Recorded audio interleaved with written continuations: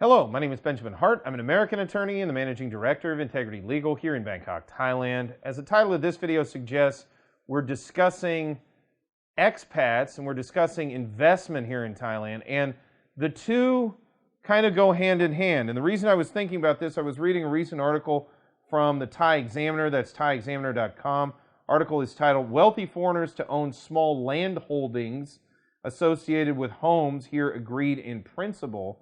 And really, this part of it doesn't really pertain to the title. I urge folks who are watching this video, go read that article because there's various excerpts in here. A lot of insight in here, read the whole thing, but I'm just going to quote one excerpt. Quote, "Growing expat community and inward investment are intertwined.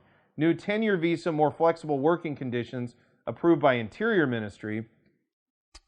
Quoting further, "Over the last 2 years of the pandemic, Thailand's officials have also firmly established the overlapping links between Thailand's critically important foreign tourism industry and the country's growing foreign resident or expat community, which is also linked to attracting inward investment and talent into the kingdom." So, couldn't agree with that more. Hold on just a second, and I'll get to the analysis. Quoting further, "This initiative, announced last year, is progressing and has already led to a 10-year visa provision being approved by the Ministry of Interior. One was a new long-term residency visa for 10 years. And again, I've gone into this. I don't mean to be semantic. These aren't residence visas. There is permanent residence in Thailand. This isn't it. It has an end date. They're 10 years long. Residency doesn't end.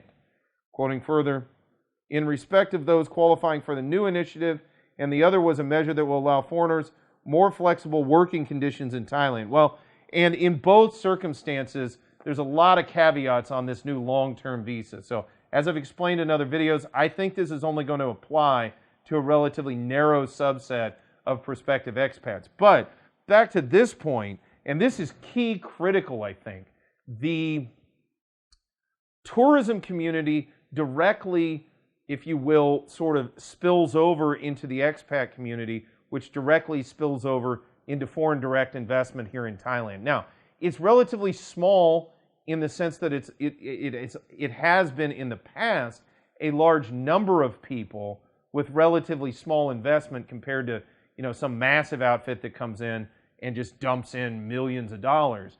But let me explain what I'm getting at here. Somebody comes to Thailand for the first time. They stay 2 weeks. They love it. It's great. They fall in love with the country. They decide, man, I want to live there one day. And, I'm a couple years away from my retirement. Maybe I'll retire there and maybe set up a restaurant or a bar or a shop or something. Those people come back and they go ahead and do that. They set up a restaurant or a bar or a shop. And then, that requires an inbound investment. And so, as I say, one sort of spills over into the other. It's sort of like if you turn on a tap and water starts coming out and there's one bucket, it fills up, and underneath it, there's another bucket, and then it fills up, and then underneath that bucket fills up.